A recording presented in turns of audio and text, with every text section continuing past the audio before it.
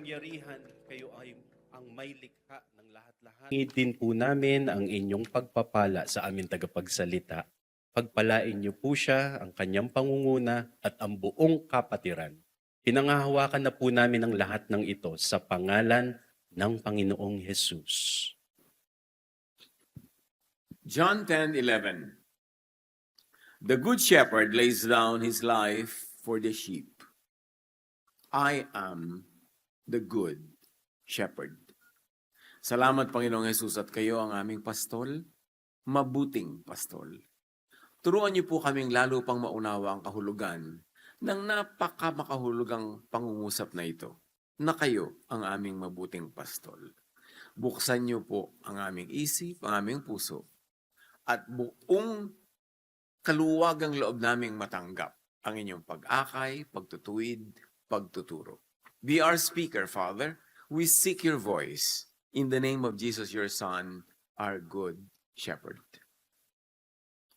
Sa mga pag-aaral natin, ang mga nakaraan ay natunghayan natin yung sinabi ng Panginoon that I am the light of the world, among many other statements. In that message, I am the light of the world, we met a man born blind. Mula pagkapanganak hanggang nakakruslandas niya si Jesus, siya ay bulag. Pinagaling siya ni Jesus. Pero ang mga so-called shepherds, yung mga Pharisees and religious leaders, hindi natuwa. Siya ay inusisa, pinressure, ininsulto, at sa huli ay itiniwalag pa. Jesus gives sight to a man who effectively represents humanity and exposes the blindness of religious leaders, bad shepherds, and then reveals, I am the good shepherd. At sa pag-aaral na ito, ibabalik-balikan natin itong tagpo ng blind man na binigyan ng Panginoon ng kanyang vision. But before that, long ago, the Most High God had already shown what bad shepherds do. Itong issue ng good shepherd, syempre ito ay umaalingaw-ngaw, nag-e-echo from the issue of bad shepherds. May pinanggagalingan ito, hindi ito nanggaling sa wala. At noong pa man, meron ng pagbubunyag ang kataas-taasang Diyos tungkol sa mga bad shepherds. Sa Ezekiel 34, sabi niya, I myself will search for my sheep and look after them. Ako na. I will search for the lost and bring back the strays. I will bind up the injured and strengthen the weak. I will shepherd the flock with justice. Bakit kailangan gawin ito? Kailangan ang good shepherd because the flock is neglected and ruled with force, harshness, and injustice. I am the good shepherd in John 10 is Jesus delivering the promise. Nung sinabi ng amang Diyos sa Ezekiel, ako na ang mag-aalaga sa mga tupa, ako na ang hahanap sa mga nawawala at naliligaw, ako na ang magpapagaling sa mga may sakit. Siya na ang sinabi niya, ako na ang mag-shepherd sa mga tao. Then, Jesus appears and says, I am the good shepherd. Ako na ang katuparan ng ipinangako ng Ama. The Most High liberates the oppressed sheep and shepherds them through Jesus. Sa pamamagitan ni Jesus, nagsya-shepherd ang Ama. Jesus defines and describes the bad shepherds. John 10:1-5, tandaan ninyo ito.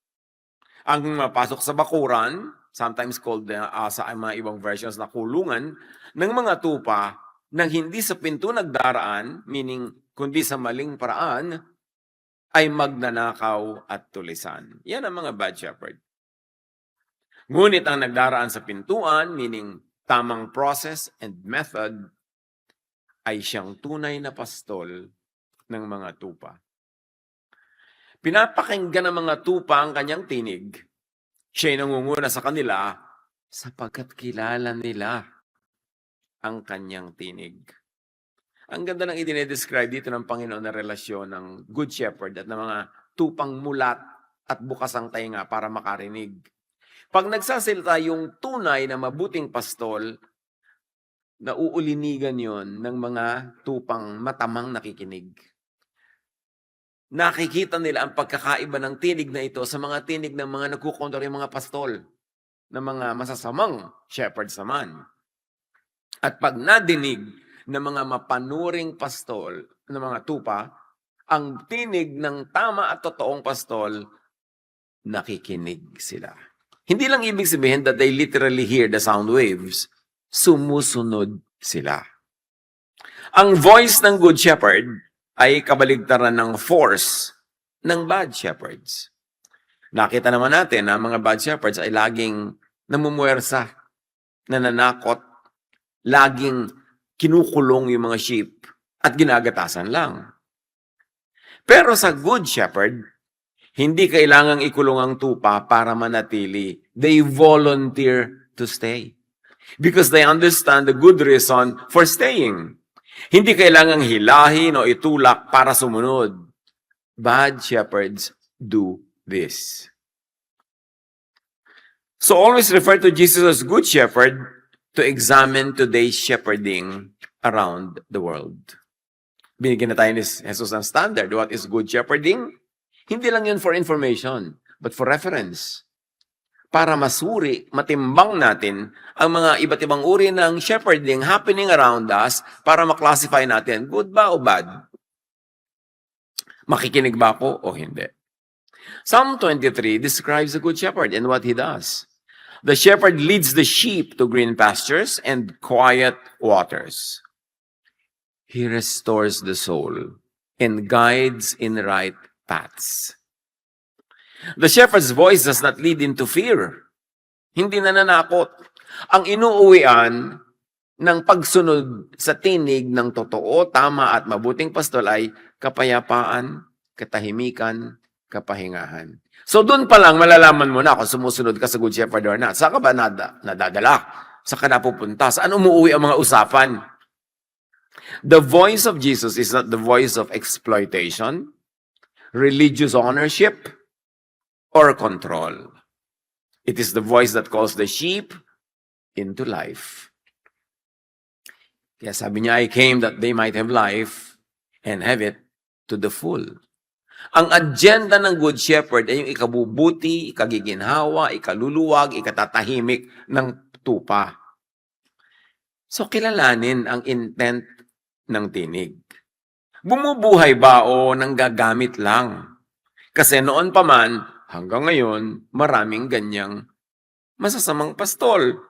Umaakay ba patungo sa full life o nagkokontrol lang at nangkukulong? Ano bang nararamdaman mo? Anong sinasabi sa'yo ng dibdib mo pagka sumusunod ka sa isang tinig? Lumalaya ka o nakukulong, napipilitan ka o nagiginhawahan? Nare-relax ka ba o na-stress? Suriin kung bakit sumusunod sa sino mang sinusundan. Baka takot lang o baka blindness na hindi malang nasusuri. Ano ba yung nadidinig ko? Saan ba ako dinadala nito? Basta sunod na lang ng sunod, lalo't maraming kasabay.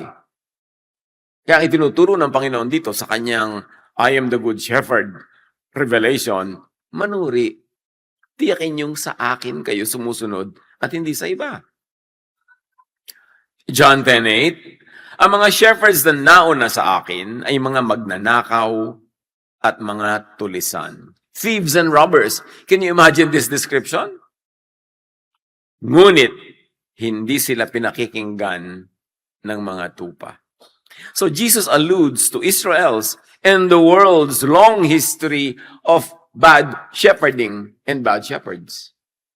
Ang tinutumbok, tinutukoy dito, tinutuligsa pa nga ng Panginoon ay ang napakahabang kasaysayan ng sangsinukob na pinagharian ng mga masasamang pastol. Meanwhile, the good shepherd calls by voice and the sheep recognize life in that voice. Yung pag narinig nila yung turo, pag narinig nila yung treatment, yung method, yung pamamaraan, nakita nila ang mga ginagawa ng good shepherd, nalalaman nilang, this is life. This is what I need. This is what I want. And this is what I am following the Good Shepherd for. At ang mga tupang matamang nanunuri ay hindi agad sumusunod sa bad shepherds. Yun ang ginagawa ng mga mapanuring tupa. Hindi ba sa sunod-sunod ng bulag-bulagan? Maraming nasa loob lang sila ng system siguro, but deep inside, hindi naman sila napapapaniwala o nakukuha ng mga maling tinig. All throughout history, there had been bad shepherds. And because of their power, because of the energy that accompanied their ministries, minsan, akala mo lahat na kaya, napasunod, nabighani. Pero sabi ni Jesus, ang mga tupa ko all throughout time hindi nakikinig. Nalalaman nila yan. Kaya lang ako minsan, they are forced to co-opt with such leaderships and with such shepherding kasi napakalakas at napakakapangyarihan, lalo sa iba't ibang panahon, periods of history. This pattern of resistance appears throughout Scripture and even universal human history. May mga tupang hindi ganap na nabihag ng bad shepherding ng panahon nila. There were prophets who stood against kings, priests, and systems that did not care for the people. And even the Bible is full of this. That dynamic and stressful relationship between the prophet and the king, between the prophet and the priests, between the cave of the prophet and the temple in Jerusalem. Pag binasa ninyo yung buong Old Testament, ang daming tension. And the true prophets of God went to the palace not to dine at the king's table, but to scold the king. Yun ang tension nun. Nasaan ba ang loyalty ng mga totoong prophet ng Diyos? Nasa Diyos o nasa hari na nakaupo sa trono? Pero makikita natin sa kasaysayan, ang mga matatalino, matitino at mga tunay na prophet would go to the palace to scold the king. To remind the king of his godly duties. Hindi para kumain sa kanyang table. May natitirang mulat at tapat kahit sa panahon ng mga bad shepherds. History of the world and history of religion both show that. At pati si Rizal, sinabi niya sa bibig ni Pilosopong Tasio, hindi lahat ay natulog sa gabi ng ating mga ninuno. Hindi lahat ay nahimbing. Hindi lahat ay nadala. Ito ay totoo both sa secular and religious history. Sa Gospels mismo, Simeon and Anna waited quietly, then recognized Jesus' arrival. Samantalang clueless ang buong Jerusalem. John the Baptizer and his followers stood outside the temple, calling people back to repentance, to pagbabagong loob.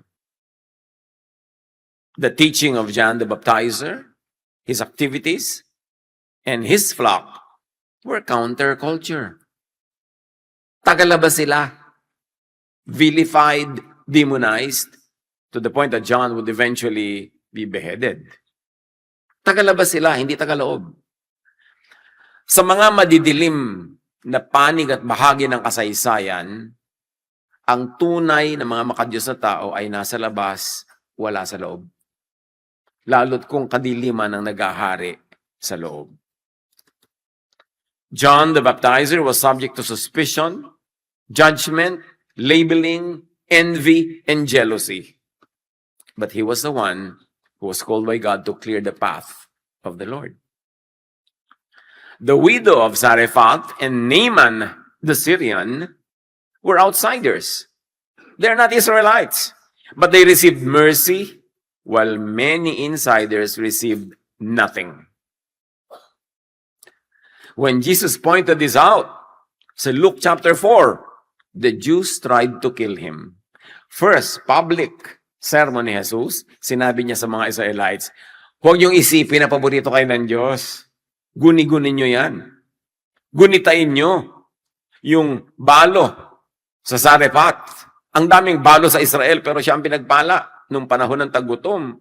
Ang daming may ketong sa Israel, pero yung non-Israelite na si Naaman, ang binayayaan ng kagalingan. Nung marinig yun ng mga Israelites, nagpanting ang kanilang tainga, kinaladkad si Jesus palabas ang sinagog at gusto nilang ihulog sa bangin. Kaya lang nakalusot si Jesus at nawala sa kanilang sakmal.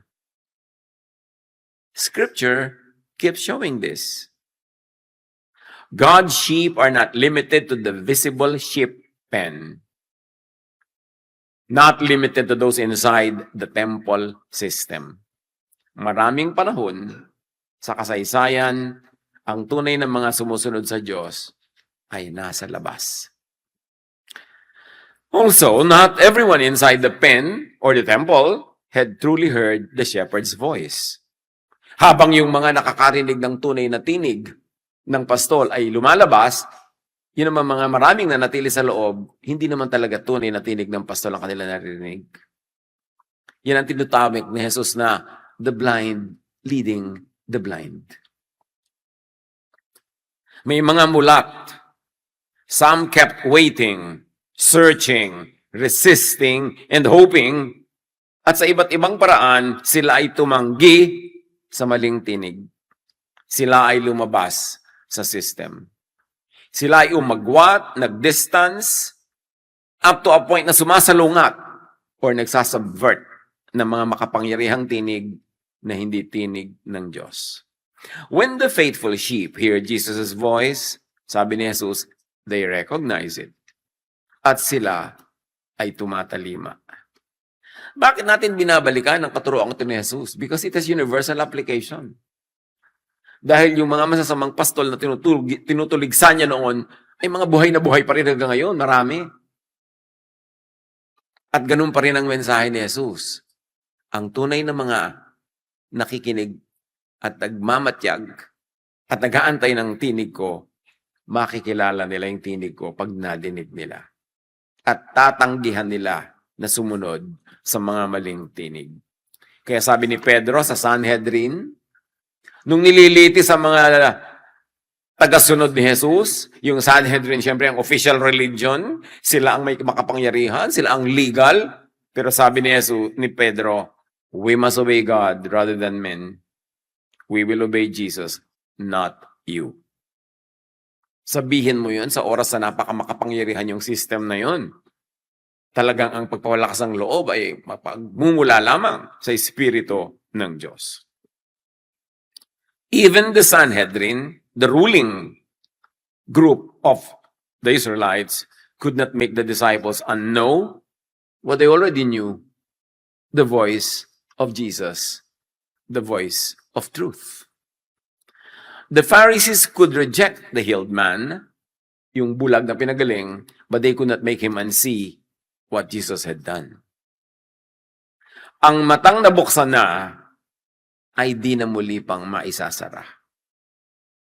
Kaya napakahalaga na nagbubukas tayo ng mata, ng tainga, ng puso.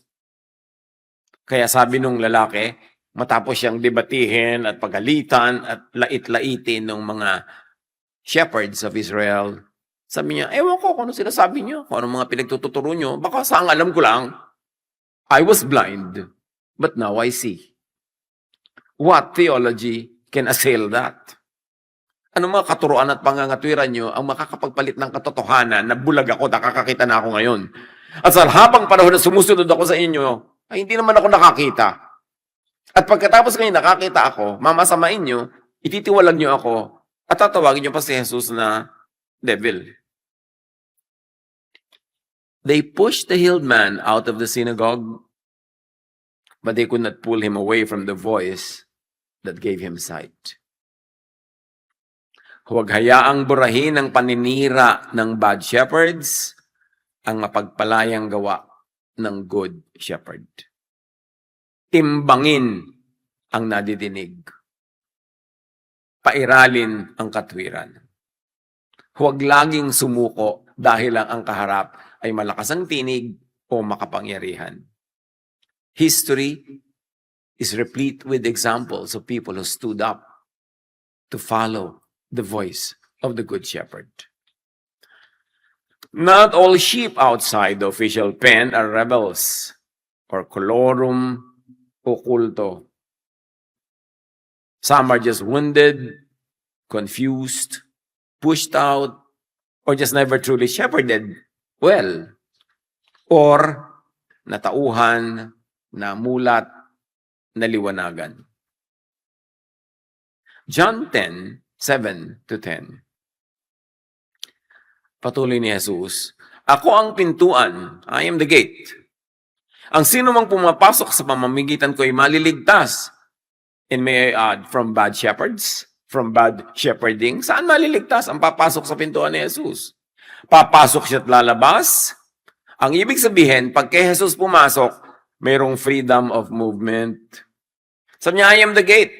Kung papasok kayo sa akin, kayo ay maliligtas, at kayo ay papasok at lalabas. Maglalabas, masok kayo. Hindi kayo pipigilan. At makakatagpo kayo ng pastulan. Nourishment, refreshment sa labas. At patuloy pa ni Jesus na parito ako upang ang mga tupa ay magkaroon ng buhay kasi wala, kasi kulang. Buhay na masaganang lubos, hindi salat, sakal, kulong, at pagod. Kasi pangako rin ni Jesus, rest. Napakaraming mga matatapat na mga lingkod ng Diyos. Pag nakipagsarilinan with me, sasabihin, pagod na po kami.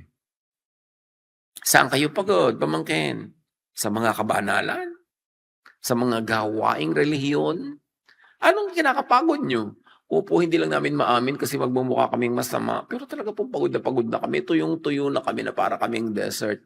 Para na po kami mga artista na kukunwaring tuwang-tuwa, masaya. Pero ang totoo po ay kami para na mga tigang na mga dahon. Maraming ganon, kung aaminin. So, teka naman, baka naman bad shepherd ang sinusundan nyo. Kasi sabi ni Jesus, kung susunod kayo sa akin, I will lead you to green pastures. Beside still waters. I will restore your soul. Matthew 11:28-30, come to me, all of you who are tired and heavy laden, and I'll give you rest. My yoke is easy, hindi mahirap. My burden is light, hindi mabigat. Ba't ka nabibigatan? Baka naman hindi si Jesus yung shepherd mo. Kaya dapat manuri. Yan ang sinabi sa Matthew 11:28. Come to me, all of you who are tired, and I'll give you rest. I am gentle, and you will find rest for your souls. Meaning rest for your heart, mind, spirit. Hindi puro guilt and fear. Performative religiosity. Hindi kapagod Pharisees. Yung totoo, bukal, natural, nagdadala ng kaginhawahan at pahinga habang ginagawa ang mga gawaing pagsunod sa pastol. At sabi ni Jesus, my yoke is easy. Meaning my teaching, method, style is easy on thought and feelings. Kung minsan siyempre yung gawain ng Panginoon nakakapagod sa katawan. Pero ang mahalaga ito, hindi pinapagod ang iyong loob. Hindi ka pinapahirapan at tinatakot. Hindi yung puro ka anxiety, puro ka fear. Napapagod ang loob mo, ang pagkatawan mo, paghiga mo, tulog ka, pero hindi ka ginagulo, ginagambala ng walang katapusang pag-usig sa iyong budhi. At sabi pa ni Jesus, and my burden, my demand is light. Ganun ba yon? Si Jesus ba'y nagbibigay ng kapahingahan? At marami nagtatanong, paano po yung babaeng caught in adultery? Di po ba hindi yan ipinabato ni Jesus? Yung po ba ang ibig sabihin ng love na lang? Pwede na, sige na, gawin mo ng gagawin mo. Bahala ka na sa buhay mo, wala na magkokorek sa'yo. Of course not. This love na lang is a very interesting saying. Yung babae, when she was caught in adultery, was brought to Jesus, and she was going to be stoned to death. Anong ginawa ni Jesus? He disarmed the judgmental crowd. Sinabi niya ang walang kasalanan, batuhin ang babaeng ito. Hindi sinabi ni Jesus na hindi naman kasalanan yung ginagawa niya. Ang sabi lang niya, yung walang kasalanan, edi kayo mambato, mauna na. Binitawan nila isa-isa yung mga bato nila at nag-uwian na sila. At noon, nung napag-isa na lang si Jesus at ang babae, nagkasarilinan, doon binalikan ni Jesus ang tunay na issue. Sabi niya, may nag-judge ba sa'yo? Wala po. Hindi rin kita i-judge. Niya, umuwi ka na? and sin no more. Ibig sabihin, sin pa rin yung ginawa mo. Hindi ko yun papalampasin na hindi yun sin. Pero, hindi kita i-judge. At tinuruan ko rin yung mga tao na huwag kang i-judge by looking at their own selves and judging themselves muna. At ngayong wala na sila, nabitawan nila lahat yung batong sana ipupukol sa'yo, let me tell you, what you did was sinful. Pero tigilan mo na, umuwi ka na, hindi kita i-judge. So, hindi binaliwala, hindi kinukonsente yung kasalanan, itinutuwid, pinipigil yung babae, wag mo na ituloy yan, pero hindi siya pinabato. Yan ang ibig sabihin ng love na lang. Hindi ibig sabihin konsintihin ang kasalanan. At magbulag-bulagan tayong kasalanan yon. Ang sabi sa kanya, I will not judge you.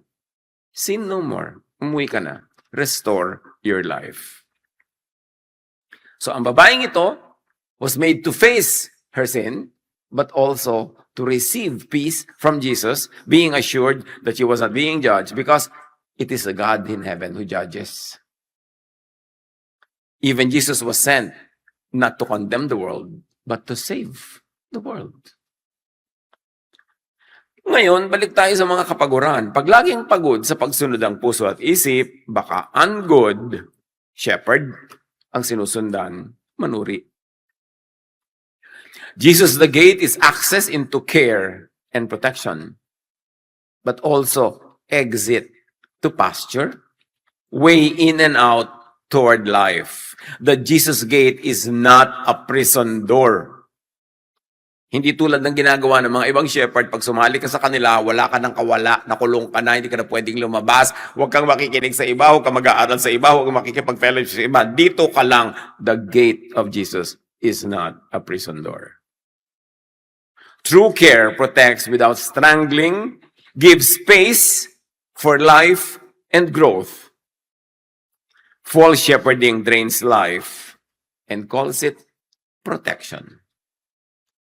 If the fruit is fear, gapos, heaviness, and diminished personhood, naging tau-tauhan ka na lang, sunod-sunuran, hindi yun pasture.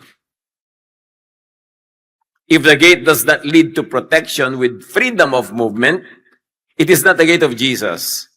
So itatanong mo, pastulan ba ito o kulungan?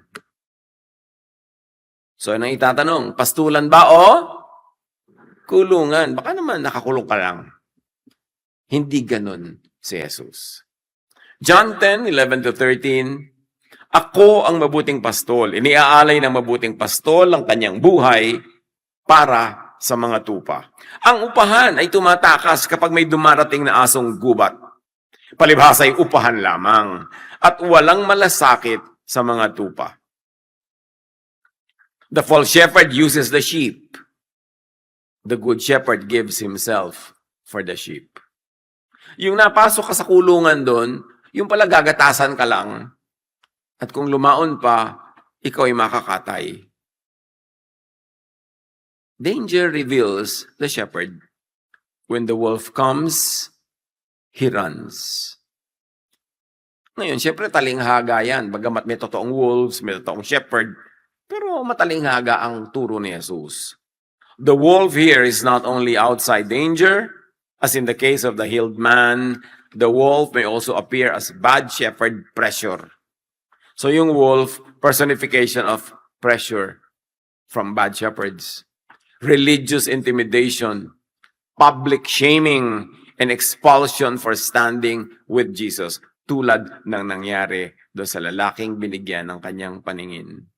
The wolf may be religious tyranny or mob rule. At ang bad shepherds, when facing the pressure of these wolves, of the religious tyrants, the bad shepherd leaves the flock. Kasi ayaw niya mapahamak. Gusto na lang niya makisang-ayon sa mga makapangyarihan, sa malalakas ang tinig, para makip niya yung kanyang whatever he wants to keep. The good shepherd does not abandon the sheep or fellow shepherds when religious tyrants threaten them. Beware, bad shepherds still up to now control many religious spaces. Hindi lang history ang pinag-uusapan natin, current events din ito. Bad shepherds still oppose the work and teachings of Jesus in the guise of sila ay mga alagad ng Diyos. Bad shepherds still attack good shepherds. They use holy language, they sound protective, guard the fence and the door, preserve the system, and keep the flock tied down. Yun ang ginagawa ng mga bad shepherds. When the faithful under-shepherds of Jesus lead people toward truth, freedom, pasture, and full life, bad shepherds deconstruct the teaching and the work of Jesus, or Jesusness. They deconstruct Jesusness. They expel the believer who follows Jesus. Observe, this recurs. Bad shepherds saint themselves and demonize good shepherds. Siyempre, pag mamukhain nilang tama sila, dapat mali yung kabila. But don't be surprised because even Jesus was accused of working by demonic power.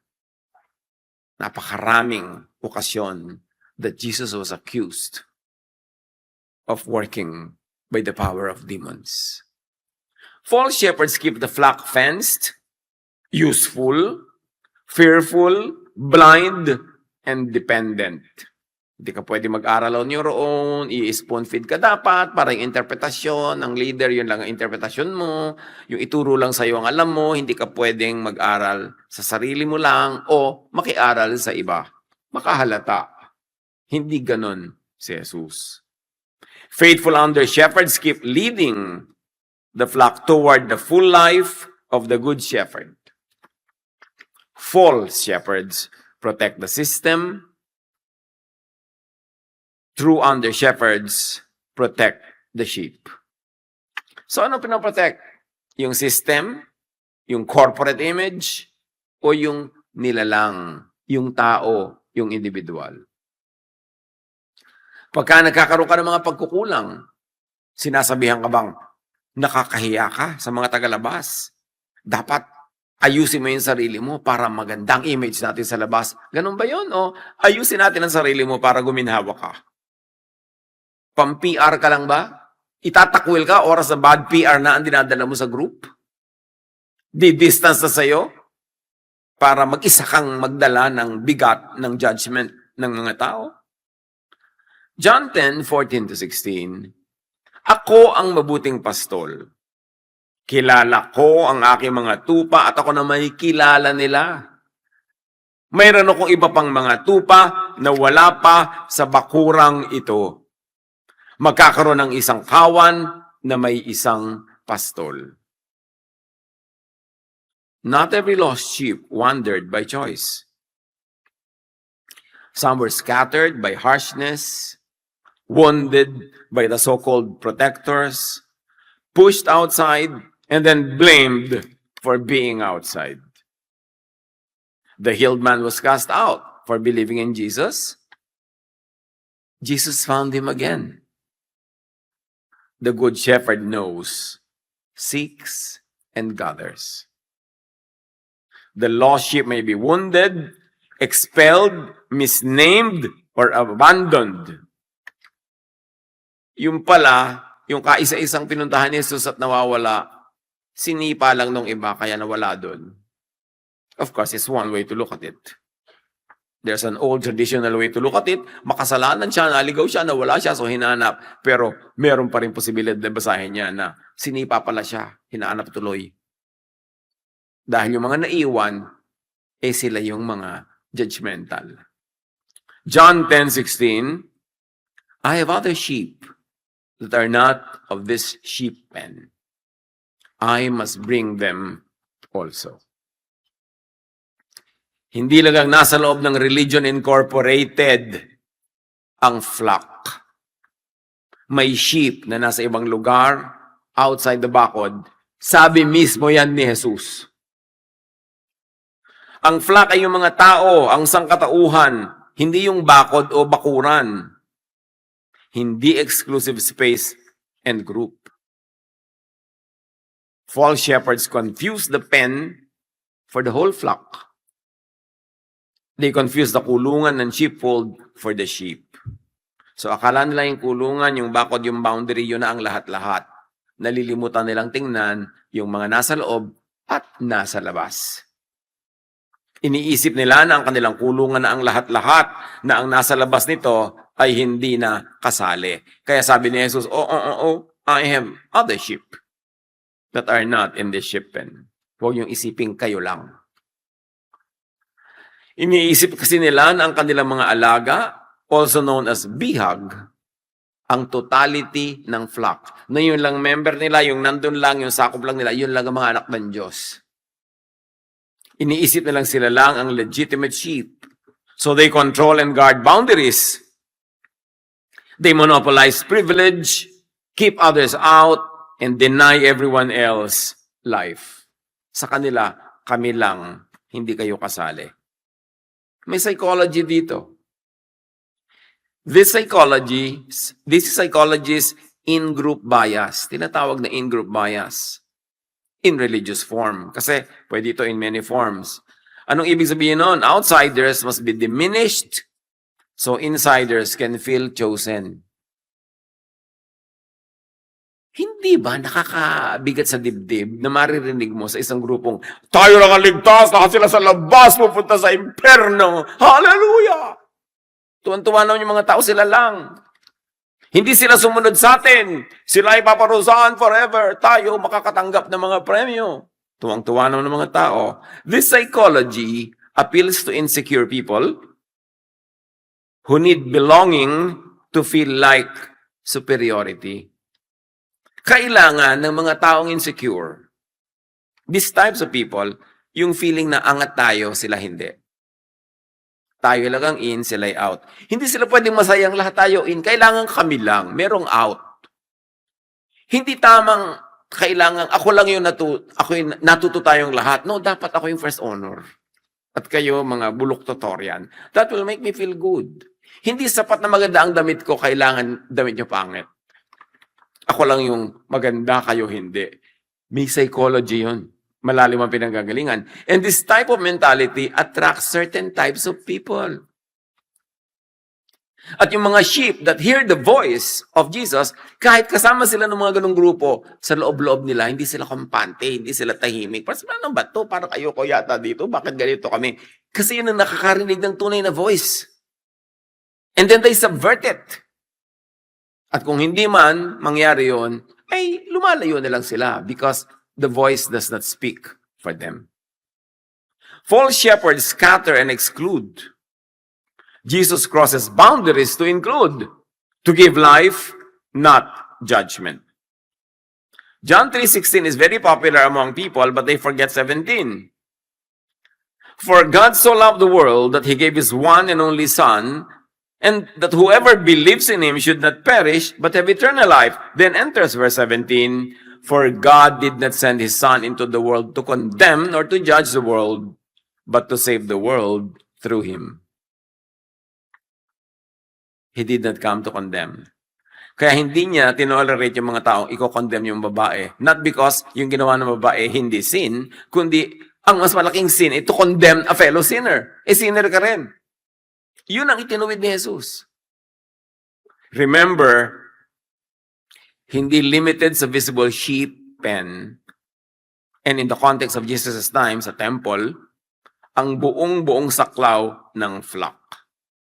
Some so-called shepherds, they save others and condemn everyone else through their ministry. Kaya sa Isaiah 56:8, for the sovereign Lord who brings back the outcasts of Israel says, I will bring others too. Besides my people Israel, titipunin ko pa ang iba sa kanya. Ang linaw-linaw, panahon pa ni Isaiah. Hindi kayo lang. Marami pa akong ibang anak na wala dito, titipunin ko rin sila. May iba pang tupa, may iba pang kasama at isasama. In context, others means all peoples. For God so loved the world. For God so loved all peoples, all nations. Kaya walang dapat feeling superior na kami lang ang anak ng Diyos, kayo hindi. God loves all the peoples who join themselves to His Son, Jesus. Isaiah 56, 6-7, it leads to the line, my house will be called a house of prayer for all nations. Kita nyo, hindi siya exclusive. Pero ginawa nilang exclusive yan. Hanggang dito ka lang, walang tatawid dito, so hanggang pinto ka lang, hanggang labas ka lang. Sabi niya, this will be a house of prayer for all nations. All nation means hindi lang Israel, kundi lahat ng mga bayan, lahi, at people groups na ibig lumapit sa Ama, directly lumapit sa Ama, not via any lahi. Hindi mo na kailangan makilahi, makikamag-anak kung kani-kaninong bansa para ka lumapit sa Diyos. Dapat direct. Acts 10, 34-35, God does not show favoritism, but accepts from every nation the one who fears Him and does what is right. Wala siyang pinipili, walang itinatangi. Tinatanggap mo na sa lahat ng bayan, lahat ng lahi, ang sino mang magpapasakop sa Kanya at gumagawa ng tama. At maging sa Revelation 7:9, there was a great multitude from every nation, tribe, people, and language standing before the Lamb. So, hindi na wala ang national, tribal identity, maging linguistic ng sino man. Because every nation stands equal before God. So, huwag tayong bibili ng mga mito, ng mga paborito, sila lang, exclusive lang. It's not a teaching from Jesus. The Good Shepherd gathers one flock under one shepherd. The gate, Jesus removes control of access to life from exclusivist gatekeepers and opens it through Himself. Don't limit Jesus' sheep to your own exclusive section only. Don't commit this error. Systems quickly label insiders and outsiders, but Jesus calls people whom the religious system fails to recognize. Bakit kailangan ipagdiin na natin ito? Kasi nag-gloss over lang natin yung mga I am ni Jesus. I am the light of the world. I am the good shepherd. I am the vine, which will be our next message. I am this, I am that. Pagkatapos, kinahanapan lang ng mga asak na mga kahulugan and then move on to the next study.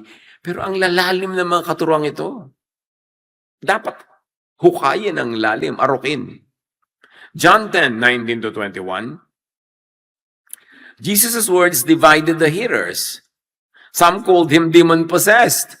Huwag na kayo magtaka, mga tunay na anak ng Diyos, kung natatawag kayong demonic, kasi si Jesus ang mismong nauna eh. Tinawag na siyang demon-possessed.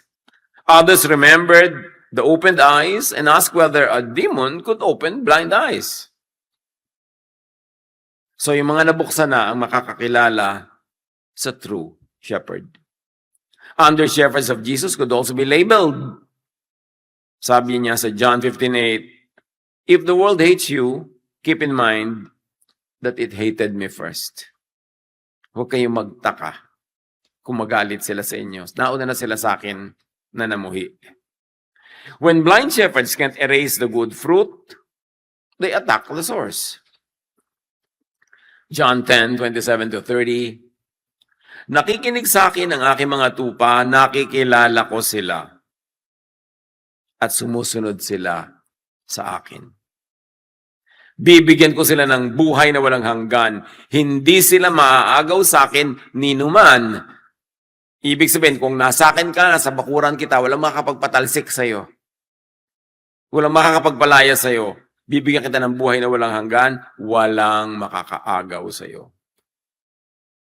Nakikinig ba tayo sa Good Shepherd?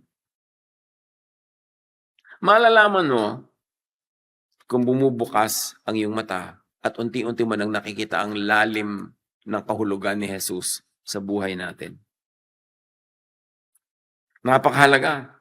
Nadadala tayo to life, to green pastures, whatever it means in your language, to still waters, to rest, peace, and freedom. The Good Shepherd does not possess you. The Good Shepherd is the gate through whom you go in and out to pastures and to rest. Hindi ka solo. At hindi ka maagaw ng bad shepherds. The greatest safety of the sheep is not being in the pen, not being any specific pen or branded pen, but being in the hand of the good shepherd. Turuan niyo po kami, Ama. Makinig ng mataman, malalim, maingat sa mga iba't ibang tinig. At nang sa gayon, makilala namin yung tinig niyo mula sa tinig ng iba. At masusuri namin ito kung ano ang bunga nito sa aming buhay. May mga tinig na mukhang tama, mukhang maganda, pero anong bunga sa amin? Anong bunga sa pakikipagkapwa namin, sa pakikitungo sa aming kapwa? Turuan niyo po kami maging sensitive to hear your voice and to have the heart to obey. Pagbulay-bulayan pa natin to, let's continue to be in the Lord's presence. Ano ang kahulugan sa iyo, kapatid? That Jesus is your good shepherd.